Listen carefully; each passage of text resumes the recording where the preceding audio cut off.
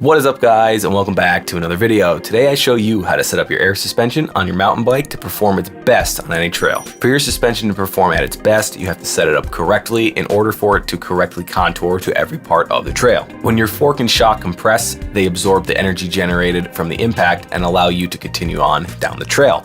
For your suspension to optimally work, it needs to absorb impacts and also extend back to its full travel and fill any holes in the trail. In order for that to work, you have to do what is called preloading your suspension. This is achieved with your own body weight. The way that we set this preload is by adjusting the sag. What is sag? Sag is the amount of preload your suspension has when you're sitting on your bike. Too little sag and the bike will lack the grip needed because it cannot compress enough to absorb impacts. Too much sag and the bike will not respond well to impacts, causing you to bottom out. Setting sag is very easy to adjust, but very crucial. It's best done with a buddy, but it can be done by yourself as well. Before you start setting your sag, make sure your shock is at the full open position. When doing this procedure, do not apply any brake force. This will result in an inaccurate reading. Make sure that your suspension is actually up to par and working correctly. Most suspension manufacturers suggest an oil change every 50 hours and a damper and seal service every 200 hours. There's no point in spending the time setting up your suspension if it's not working correctly to begin with. Take it to a bike shop or do it yourself if you feel comfortable doing it. It will be like having a brand new fork or shock again. Let's start by setting the sag on your rear shock. For this procedure, you will need a shock pump, a friend or yourself, something to hold your bike up or lean on if you don't have a friend, and a zip tie. Alright, so let's start by setting your air pressure. This will be printed on your shock or can be found online. Bounce up and down on the bike to allow the positive and negative air chambers to equalize.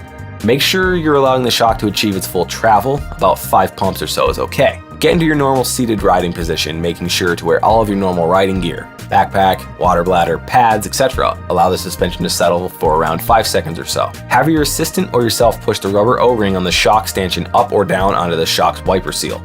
If you don't have a rubber O-ring, a zip tie works just as good. Carefully dismount the bike without allowing the shock to compress more than it already has. If your shock has a printed reading on the stanchion, then you already have your reading. If it does not have this printed reading, take a measurement in millimeters from the part of the wiper seal touching the stanchion to the O-ring. Record that measurement and divide it by the total shock stroke length. This can be found in your bike's manual. Then multiply that number by 100 to get the percentage of sag that you currently have. Most shock companies recommend 30% sag. Depending on what type of riding you do, you will have to determine if you want 20, 25, or 30% sag for yourself. To adjust the sag, add or remove air from the air spring as needed. For example, if your target is 30% sag and right now it shows 20%, you need to take air away. If it is greater than 30%, add air. To remove air, press the bleed button on your shock pump. Never use a screwdriver or something like that to press the Schrader valve on the air spring. It will release too much air too fast and you will have to start over again. Next, increase or decrease the air in about 10 psi increments. You'll have to do this multiple times to get it right, so be patient. Just remember, after every time you adjust pressure, bounce the bike to equalize pressures and measure again. Never bounce the suspension with the shock pump connected. So let's set some fork sag.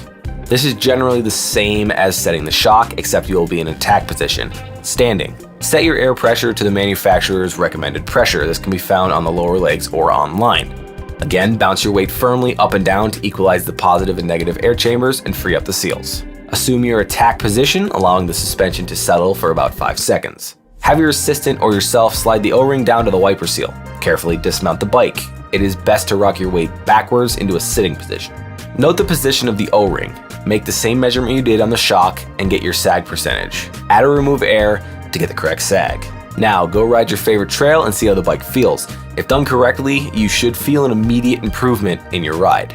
If you seem to be bottoming out, but you like how soft and plush the suspension is, consider adding bottomless tokens or volume reducers. If your fork or shock supports these add-ons, pick up a couple and put them in. They are well worth it.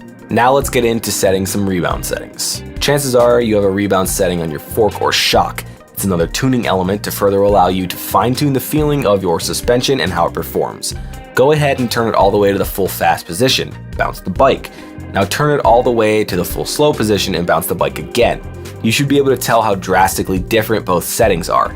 You want to set it so that it's not too fast and not too slow. Too fast will make the ride harsh and bouncy. Too slow and the shock won't rebound fast enough and also make the ride harsh. This one is going to be a personal preference and has to be done on the area you ride. You will find yourself speeding up or slowing down your rebound when you're out riding. You want the shock to rebound in a controlled manner. You don't want to get bucked off the bike, but you also don't want it to be so slow that you can't extend to full travel before the next hit. Just experiment, and I'm sure you'll be able to find a setting that works best for you. That's about all there is to it. It's super easy to do, and best of all, it's 100% free as long as you have a shock pump already. Even if you don't have one, they are super cheap on Amazon. That about does it for this video. If you like what you saw, consider liking and subscribing to my channel for more content just like this.